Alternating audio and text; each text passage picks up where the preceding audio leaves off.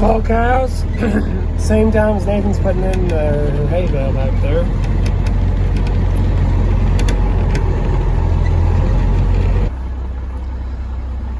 Enjoy your last day together, eating at the bunks, because tomorrow is kindergarten roundup. Calves have got to go off to the races. And you cows have got to focus on growing the next one. They know how to eat at the bunk, they know how to eat rations, so they should just go right on feed, start gaining.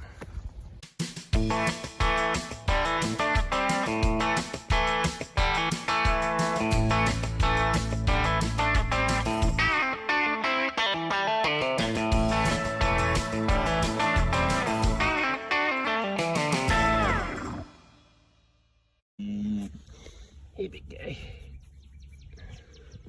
What's up, Mom? 2 more born this morning. Cows have been enjoying their new bale feeder. And today we are going to take these cows and calves out of this pen and do some sorting and moving around. And I'm not sure what Kendall's doing right now. I think he's got his notes with him. And he's looking for certain numbers, maybe.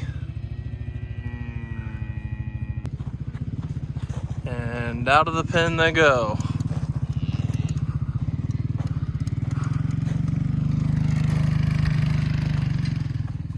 Got a few stragglers.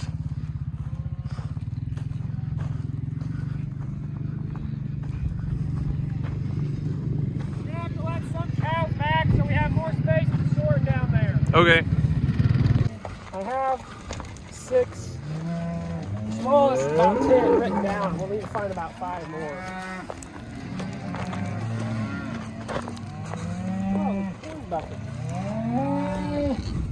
Oops. Go on down there. Hey. Yeah, yeah. Hey. Yep. Yep. All right, so we're gonna get the calves out of this alley here first, and then we'll sort this middle alley second.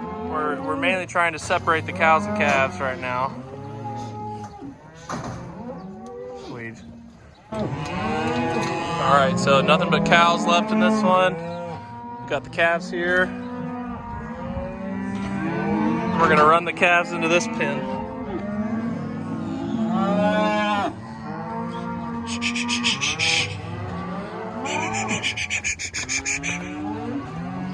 Hey, hey.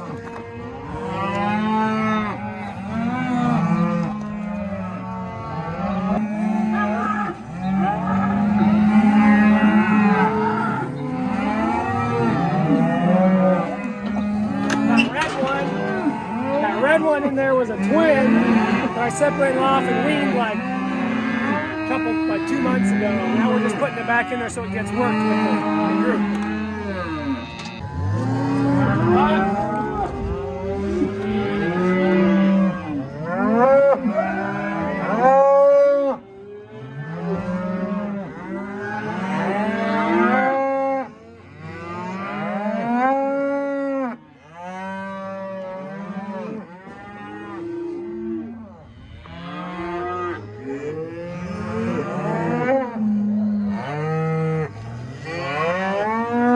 Big old dude.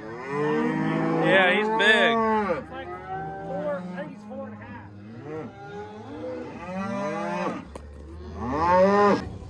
I think I'm gonna be deaf after we're working with these cows today. They are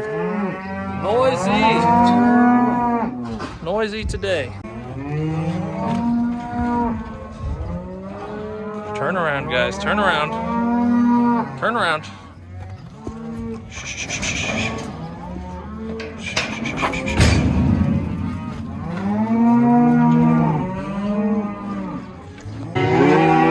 We've got them all sorted. This is all the calves here, and then the cows are here and by the barn.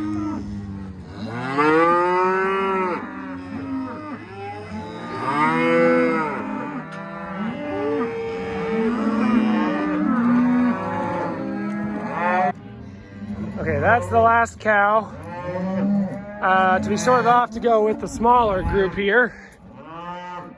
I sorted off 11 with the smallest calves to put together, and they're not gonna wean yet. We're gonna work them, but we're not gonna wean them. Just give them a little more time to grow. Greg's putting all the ones that we are weaning into 4A. So there's like 40, a little bit over 40 up there. Okay, here's where the real benefit of fall calves is. I'm feeding them for the very first time. They've already been eating ration with the cows up at the bunk for a month, and they're all lining up just ready to eat the feed before it falls out of the feed wagon. That's what we see as one of our biggest benefits to fall calving. They love to eat the ration and they transition on to it. Okay, here they are. Here they are lined up. There's one that says 600 question mark, but I found out later it's not 600 question mark. It is 190. Lost its tag somewhere along the line. I put another one in, but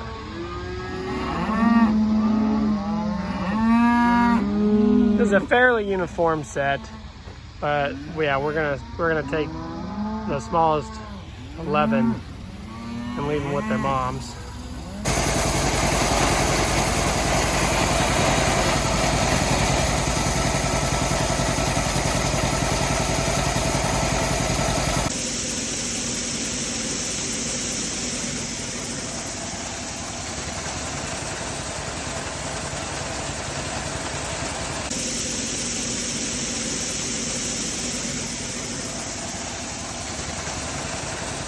All right, so we didn't have the vaccine to work these calves like an hour ago, so I went and loaded some corn for a while. But then our vet down the road got the vaccine in, and so Kendall just went and got it. And so now we're going to work these calves that we sorted off. But there's 10 of them that go with these cows here that we're going to hold off on. And so we're gonna wait with those 10. And we kind of separated these 10 cows out. So it's a little less loud than it was because there's only 10 cows left, but the 10 cows are still making quite a bit of noise. All right, calvies, time to step away from the bunk. It's time to be worked. Come on.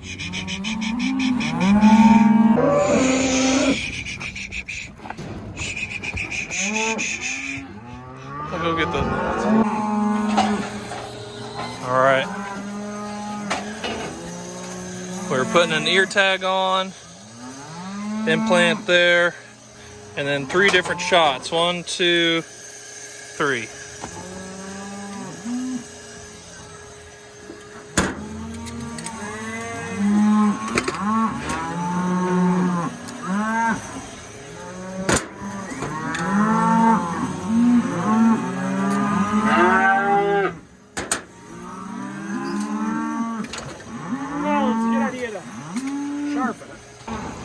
This is our first time using this Aeroquip alley to work these calves. For a while, but we got the alley now,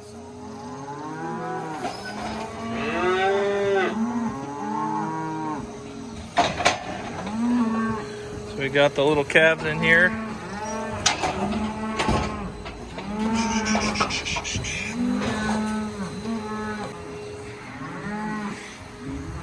I'm gonna go get some more.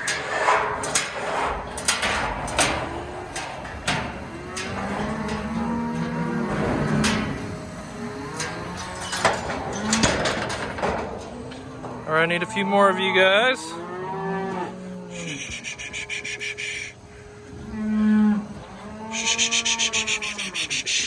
Come here, come here.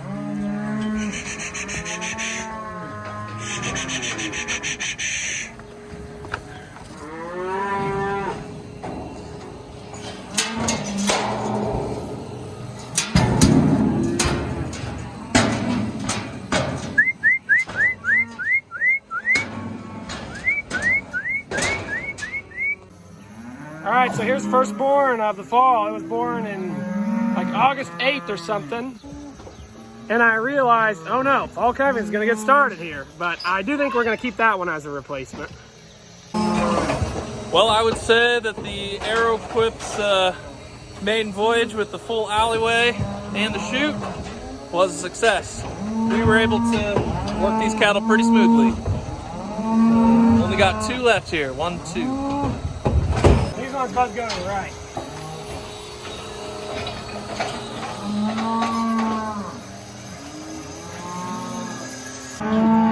Okay, I've got good news for you, 11. You get to go back with your mom. Have a little reunion in a couple weeks. Okay, so the 11 we left together are gonna go down there into pen 10, same place they were at for the last month or so. All the ones that we're gonna preg check tomorrow are now in this pen, which is a small pen for them, but it's just for overnight. And then the calves are, of course, in that weaning pen where we usually receive cattle. So they'll be kind of fence line weaned. They won't be together overnight, but they'll be right next to each other again tomorrow morning. And they've been next to each other all day. So we don't have enough pen space to fence line wean them the exact way we usually do. But it's one way of doing it. We do have enough triticale growing to support 11 head, 11 pair, I mean. We did not have enough triticale for all the cows and the calves, so we tried to just let calves out. And there was 20 of them that would go and use the triticale, as you could see in the last video about the fall cows. But now we'll just probably turn the cows out on the green as well, since it's actually started getting a little bit of moisture later in March, and it'll sustain the cows and the calves. All right, gonna finish the day doing Kendall's chores for him while he's finishing putting the cows and calves back in the pens. So I'm gonna load with the M7 and the white feed wagon, and then Dad'll be coming up here to do the starter chores, which will include those calves that we just worked. They will be going on the starter ration over there in the starter cattle pen. So sometimes we buy calves from other people and get a semi-load in, and we start them down there. But this time we're starting our own calves that have been with the cows and calves where they were born on our farm.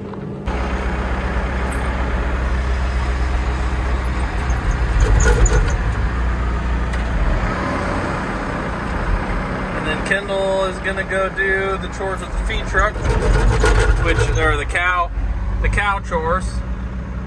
So he's gonna feed the cows up in pen 10, and then he's gonna go down to mom and dad's and feed those too.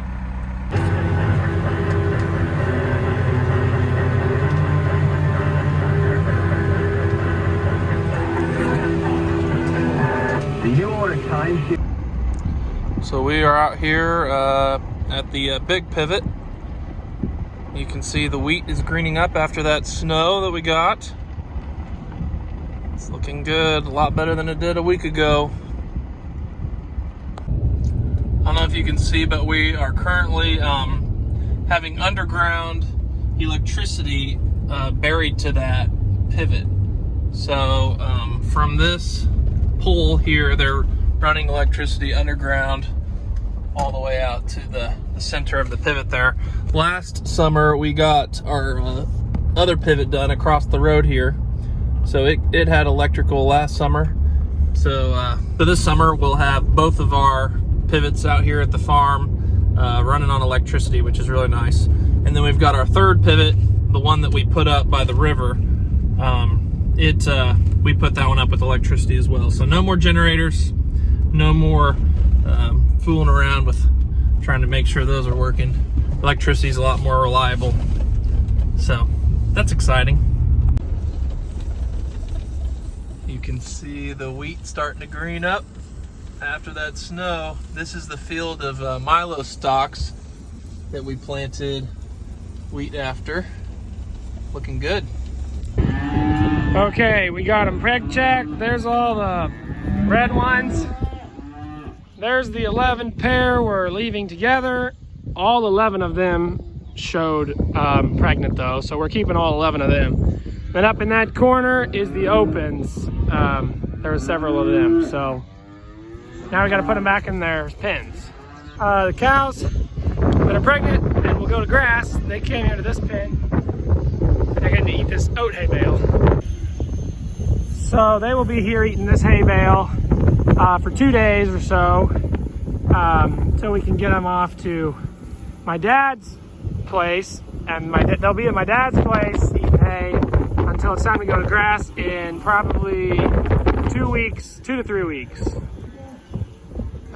So just hay feed them 2 to 3 weeks. We don't usually turn out on milo stalks this time of year because it's usually not dry enough. And with crop prices this high, we probably won't turn out on milo stalks at this point of the year, even though it is dry. Okay, so here's the cows we got to decide what to do with. 4 are open and 1 is shortbred and is really a cranky cow. That's at 508.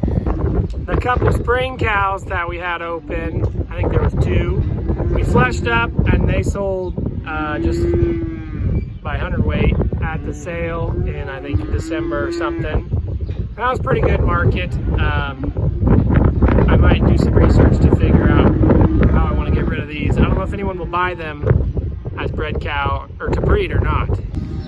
Well, we have now run the whole fall herd officially through the Arrowquip alley and chute.